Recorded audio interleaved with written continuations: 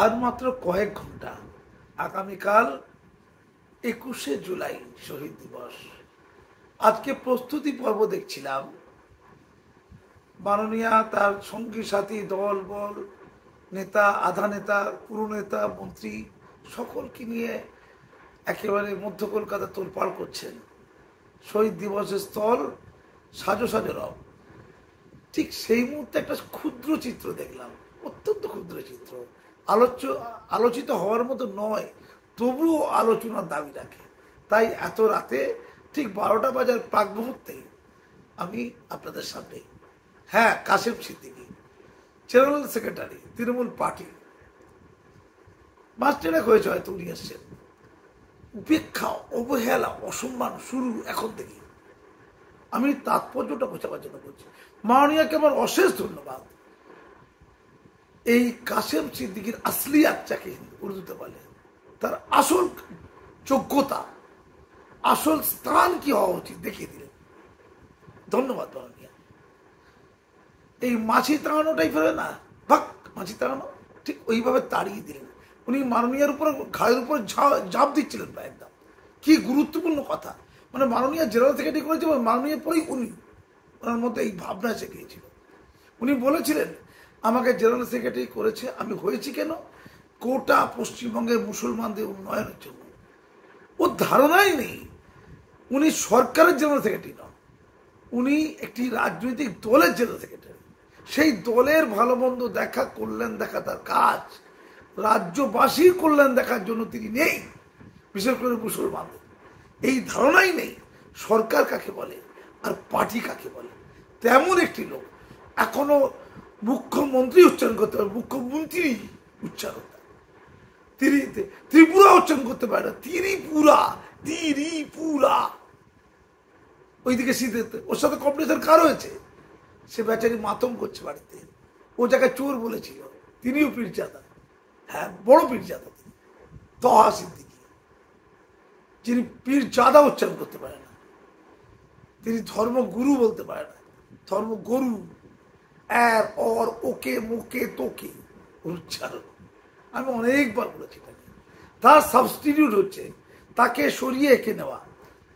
সে কি বলেছিল তার সম্পর্কে, কাশেম কি বলেছিল, তৃণমূলের পয়সা চুরি করার জন্যই এই তহা বেঁচে আছে। তহার ঘর বাড়ি দোকানপাট যা কিছু সব তৃণমূলের দেওয়া পয়সা চুরি করা। হসপিটাল করা হয়েছে ফুলপুরাতে, ওই পয়সা ওয়াকাফ এই তহা সিদ্দিকী পুরো লুটে নিয়েছে। পশ্চিমবঙ্গ সরকারের পয়সা, গরিব লোকের জন্য দানকৃত পয়সা, তাদের সেবার জন্য। এটা ছিল কাশেম সিদ্দিকীর বক্তব্য। কাশেম সিদ্দিকীর মহান বক্তব্য কি ছিল, আর দুটো মহান বক্তব্য ছিল যে যারা তৃণমূল পার্টি করে তারা এতটাই পাপী, আমি আগেও বলেছি, বারবার বলতে হবে, এতটাই পাপী, আল্লাহর কাছে এতটাই তারা নিকৃষ্ট যে তাদের মৃত্যুর পর, মারা গেলে কবর দেবার আগে একটা নামাজ হয়, যাকে জানাজা নামাজ বলে, জানাজা বলে ওটা, সেই জানাজাটা পড়া যাবে না, শেষ বিদায়ের নামাজ। মানে এতটাই সে ইসলাম থেকে বহিষ্কৃত হয়ে যাবে তৃণমূল পার্টিটা করলে। আমরা জানি রাজ্যের 35% মুসলমানদের প্রায় 30%-এর বেশি তৃণমূলকে ভোট দেয়।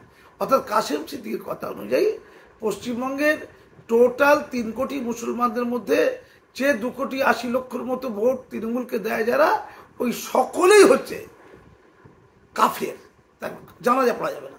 এটা কাশেম সিদ্দিকী বলেছিল, এবং বলেছিল তৃণমূলের চুল থেকে পা পর্যন্ত প্রত্যেকটা চুরি চোর, মাথা থেকে পা পর্যন্ত। একটা লোক নেই যে চোর নয়, মমতা ব্যানার্জি সবচেয়ে বড় চোর। এই কদিন আগে মাত্র নওশাদের সাথে ঘুরে বেড়াচ্ছিল টিআরপি নেবার জন্য, দেখলো নওশাদ ওকে ওরা পাত্তা দিচ্ছে না।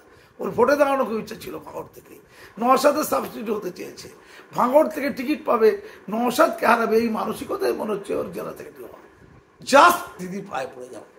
আমার প্রশ্ন, একজন মদখোর, তাড়িখোর, একটা তোলাবাজ, একটা কাঠবাড়িখোর দিদির সাথে এটা করলে আমার কোনো দুঃখ নেই। পীরজাদা বলবি? পীরজাদা কি?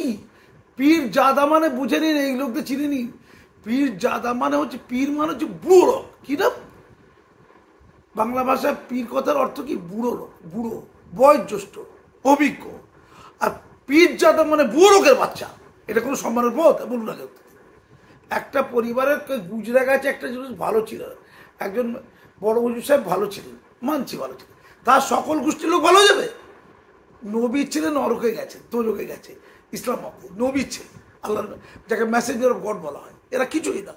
ইসলামের চূড়ান্তভাবে নিষিদ্ধ হচ্ছে পীর প্রথা, ইসলামের কুসংস্কার ওটা। মাননীয়া একটু বলবো, কাসেমকে তো দিলেন পাখির মতো, মানে মশা ধরানোর মতো তাড়িয়ে দিলেন। সবচেয়ে খেয়ালের মতো ব্যাপার, উনি খালি হাতটা সরিয়েছেন, ওনার বডিগার্ডরা তারও সরে তাড়িয়ে দিলেন। মনে হয় বডিগার্ডকে বলা ছিল আগে যে ও এলোকে পাত্তা দেওয়া হবে না, এবং যখন তাড়িয়ে দেওয়া হলো বাকি যারা নেতা ফেতা বসে আছে কেউ ফিরেও তাকালো না তার দিকে। মানে এতটা ঘৃণা করা যায় একটা মানুষকে 1.5 মাসের মধ্যে, অকল্পনীয়। আমি খুব তাৎপর্যপূর্ণ বলছি, খুব তাৎপর্যপূর্ণ বলছি, এটা মনে হয় না অভিশাপ, জানেন? আমি বলছি কাসেম সিদ্দিকীর জন্য তৃণমূলের ভোট ক্ষতিগ্রস্ত হবে। ফুরফুরা যে লোকগুলো দিদিকে গুরুত্ব দিত, কাসেম সিদ্দিকি আসার জন্য গুরুত্ব কমে যাবে। দিদিকে কেউ বলতে ভুল শিখিয়েছে যে ও এলে মনে হয় ভালো, ও খুব ভালো গাল দেয়, ও কি করতে পারে, দিদিকে খুব ভালো গাল দেয়, গালাগাল। মানে নরেন্দ্র মোদী খুব ভালো ভালো বলতে পেরেছিল। ও বলেছিল যেখানে যেখানে নরেন্দ্র মোদীর আছে, যে সব রাজ্যে, এই আসামে, এই গুজরাটে, এই মহারাষ্ট্রটা ছিল না তখন, মহারাষ্ট্র ভুল করে বলা হয়েছিল, উত্তরপ্রদেশে, এখানে মুসলমানরা সব ডান্সে আছে, খুব ভালো আছে, শুধু মুসলমানরা খারাপ আছে এই পশ্চিমবঙ্গে আর দিদির রাজনীতি। তাই যেখানে যেখানে মুসলমানরা খারাপ থাকে সেই জায়গায়, সেই দলের সাথে, সেই সরকারের সাথে কাসেম সিদ্দিকি থাকে। তাই কাসেম সিদ্দিকিকে মুসলমান সমাজ থেকে বরখাস্ত করা উচিত। উল্টো বলছি, কারণ মুসলমানদের শত্রু। নতুন কি যায় টুপিটা খুলে দিয়েছে কেন? বিরাট পাগড়ি, একদম হাসান হোসেন, সৈয়দ হুসাইন, হুসাইনের মতো পাগড়ি বোঝাচ্ছে, ইনকাম করে খেতে সব করে।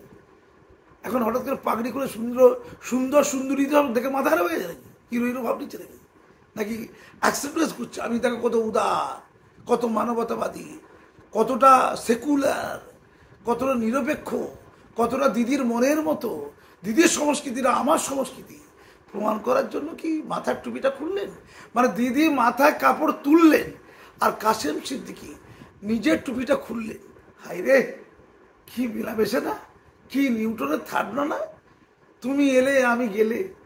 দিদি, আবার বলি, দিদি মুসলিম এলাকায় এলেই মাথায় কাপড় তুললেন, আর দিদির কাছে নিরপেক্ষ জায়গায় কাসেম সিদ্দিকি গেলে মাথার টুপিটা, পাগড়িটা খুললেন।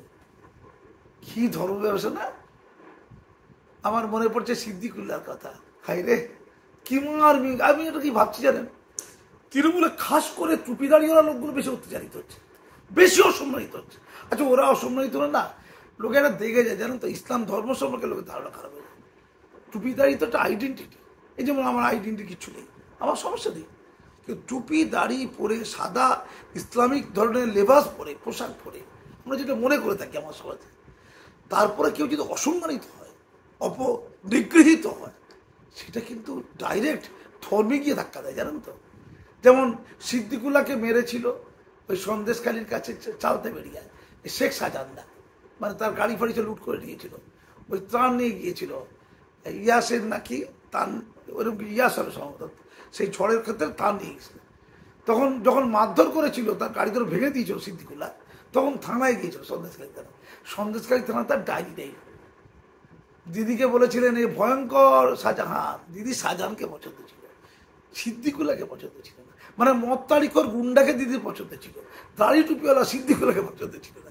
সিদ্দিকুল্লাহকে ন্যায় দেয়নি, তার ডায়েরিটাও নেয়নি। কদিন পরে আমরা দেখলাম ঠিক একই ঘটনা, তাকে মঙ্গলকোটটা কোথায় আবার মারলো, যাচ্ছে তাই করে, তৃণমূলের লোকজনই মারলো। দিদি ওরা খুব গোসা হলো, উনি বললেন ন্যায় বিচার না হলে পার্টি ছেড়ে পালাবো। আমি জানি তো পালাতে পারবে না, কারণ ওকে তো টিকিট দেবে না, পরবর্তীকালে অস্তিত্ব নেই তো। এবং বললেন 10 তারিখে, এই মাসের 10 তারিখে নাকি কলকাতা অচল করে দেবে। কোথায় মিছিল? দিদি একটুখানি তাকে তেল একটুখানি হালকা করে, এই পাগলকে একটুখানি সামনে নিত, ওটা উন্মাদ পাগলা, ঠান্ডা করে দিত, ঠান্ডা করে দিত, চুপ হয়ে গেছে। ও একটা দাড়ি টুপি, একটা দাড়ি টুপি, তৃণমূল পার্টি চলছে, মুসলমানদের মর্যাদা চলছে। এই তো আমি গতকালকে একটা পোস্ট করেছিলাম, আমি ধর্মে মুসলমান, আমার ভাল লাগেনি, আমি ভুল কিনা ঠিক জানি না, আমার মনে হয়েছে ভাল লাগেনি। আমি নিজেকে ভারতীয় মনে করি, ভারতীয় সংস্কৃতির একজন মনে করি, কাজী বন্দ্যোপাধ্যায়।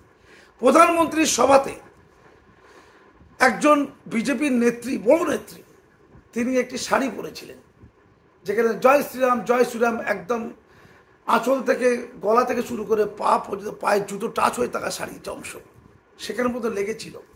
আর জয় শ্রীরামের যে একটা ইমেজ ছবি সেটা উল্টো পড়ানো ছিল। আমি পরিষ্কার তীব্র ভাষায় সোশ্যাল মিডিয়া আমার ফেসবুকে লিখেছিলাম, আমি অসম্মানিত বোধ করছি।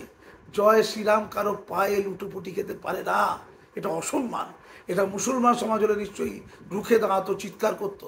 হিন্দু সমাজ অনেক সহিষ্ণু, তারা মেনে নিয়েছে। বাট আমার কিরকম যেন লাগছে, এটা ঠিক যায় না। একথা আমি লিখেছিলাম সোশ্যাল মিডিয়ায়। তারপরেই সন্ধ্যাবেলা তিনি ক্ষমা চেয়েছিলেন। কে? অগ্নিমিত্রা মানে ওই ভদ্রমহিলা, আমি নাম বলবো না, তৃণমূলের এই বিজেপির একজন বিশিষ্ট নেত্রী, তিনি ক্ষমা চেয়েছিলেন।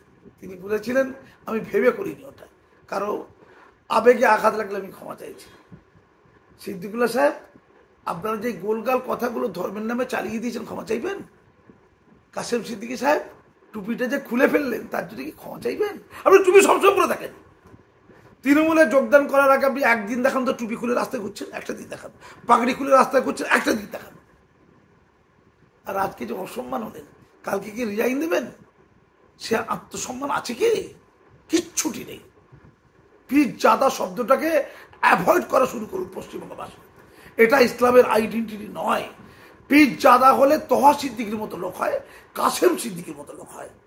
পীরজাদা ইসলামের কোনো সম্মানিত পোস্ট নয়। ইসলাম কোথাও এটাকে মান্যতা দেয়নি।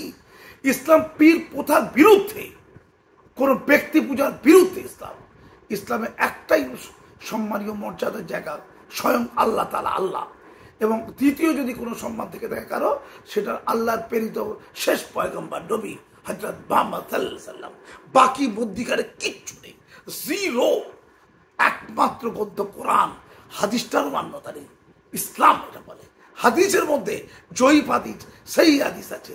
জয়ীফ মানে দুর্বল, সেই মানে সঠিক। এই জয়ীফ হাদিস থেকে ইসলাম ধর্মে অনেক কুসংস্কার এসছে। এটাও ইসলাম বিরোধী একটা পন্থ, এটা মুসলমান পণ্ডিতরা মনে করে। আর এই জয়ীফ হাদিস, দুর্বল হাদিস থেকে মুসলমান সমাজে একাধিক কুসংস্কার চড়াচ্ছে। আর এই কুসংস্কারের ধারক বাহক এক শ্রেণীর মৌলানা, মৌলবী, পীর, পীরজাদা, ইমামজাদা ইত্যাদিরা। এটা ক্ষতিকর মুসলমানদের জন্য। মাননীয়া, এদের কথায় চলবেন না। এদের কথায় বিকৃত ইসলামকে সঠিক ইসলাম বলে দেখে দিয়ে মুসলিম সমাজের ক্ষতি করবেন না সামান্য ভোটের সাথে। চিনে নিন এই কাসেম সিদ্দিকীদের। আর কাসেম সিদ্দিকীকে জেনে নিন পশ্চিমবঙ্গের আপামর বঙ্গবাসী এবং মুসলিম সমাজ। ধন্যবাদ।